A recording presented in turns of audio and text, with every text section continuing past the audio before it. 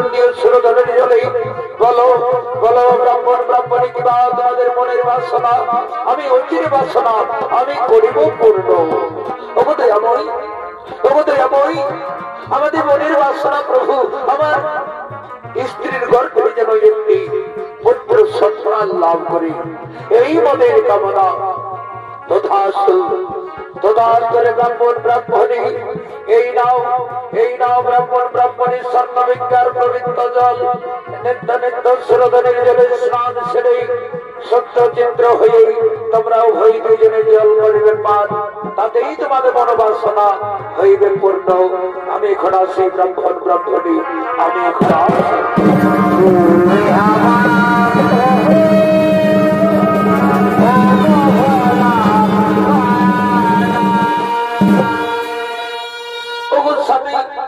আজকে আনন্দ লাগছে স্বামী, আর আমাদেরকে কেউ বলতে পারবে না এইবার পরিবার চিন্তারা সন্তান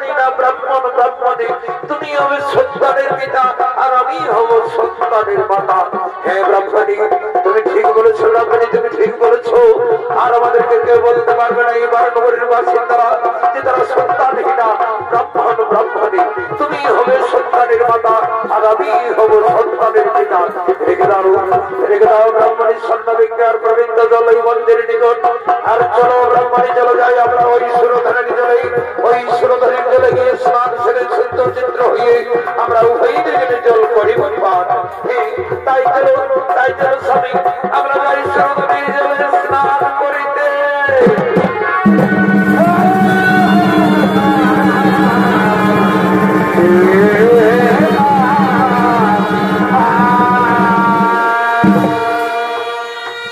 তাই ব্রাহ্মণী স্বর্ণবিজ্ঞার পবিত্র জল মন্দির নিকটে রেখে দিয়ে তিনি ছুটে চলেছেন সমারোহ পার্বতে রম্ভানে মৃগয়া করিবার জন্য।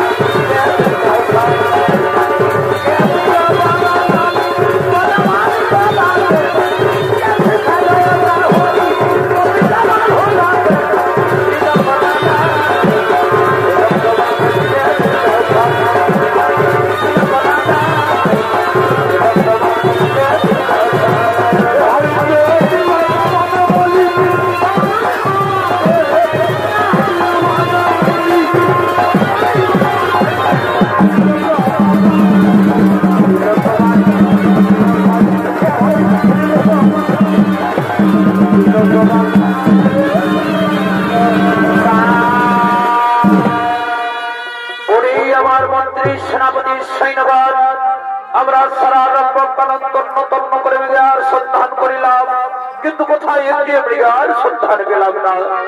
তাই আমি খোদায় তৃষ্ণায় বড় ক্লান্ত। তাই তোমরা যেখান থেকে পারো আমার জন্য অতি শীঘ্র করে একটু এনে জোরে পান করাও।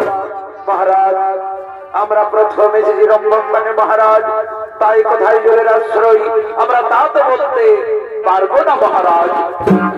ওরে মন্ত্রী, ওরে সেনাপতি, ওরে সৈন্যগণ, আমি যে জল বিনা প্রাণে বাঁচব না। তাই তোমরা যেখান থেকে পারো আমার জন্য অতি শীঘ্র করে একটু এনে জোরে পান করাও। মহারাজ, ওই দেখুন মহারাজ, ওই দূরে দেখা যাচ্ছে মন্দির। ওই মন্দিরে নিকটে গেলে হয়তো জলের সন্ধান পাওয়া যেতে পারে। তাই চলুন মহারাজ, আমরা মন্দিরের নিকট অগ্রসর হই।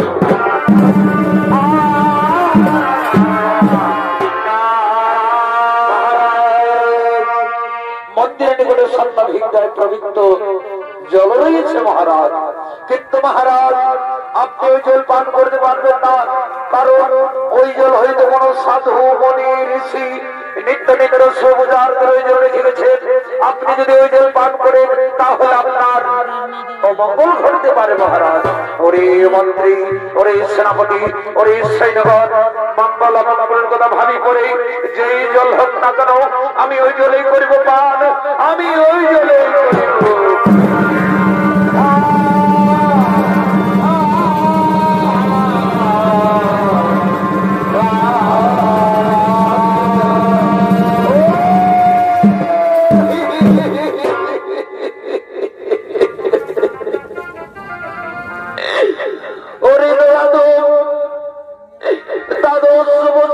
আশীর্বাদের জল তৈরি করে পান, যে জল পান করলেই হতাম আমরা সন্তানের পিতা।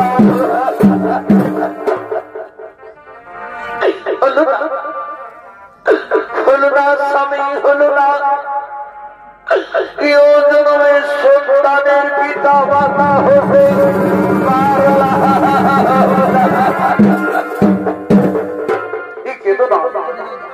কেন না ব্রাহ্মণী, তুমি দুঃখ করো না ব্রাহ্মণী, তুমি মুছে ফেলো চোখের জল ব্রাহ্মণী।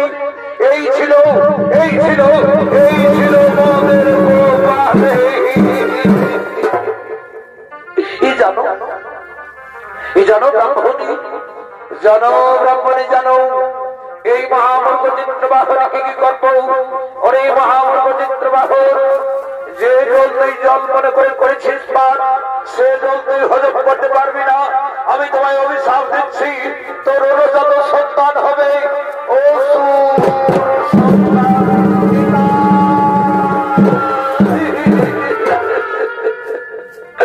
ব্রাহ্মণ, তুমি আমায় অভিশাপ দিও না ব্রাহ্মণ। আমি ছিলাম ক্ষুদিত কৃপাসিত, আমি না জেনে না শুনে আমি এই পাঠ করেছি ব্রাহ্মণ। আপনি আমায় রঘু পাবে গুরু। ওরে মহামূর্খ চিত্রবাহন, ব্রাহ্মণের নিষ্কারিত বাণী ব্যর্থ হবে না। যা, যেহেতু তুই ছিলিস ক্ষুদিত কৃপাসিত, তার জন্য অভিশাপ আমি লঘু করে দিচ্ছি। যেদিন ভগবান শ্রীকৃষ্ণ এই ধরাধামে হয়ে গিয়ে জন্মগ্রহণ করবেন, সেই দিন তোর যত সন্তান বেদাসুর পাইবে মুক্তি।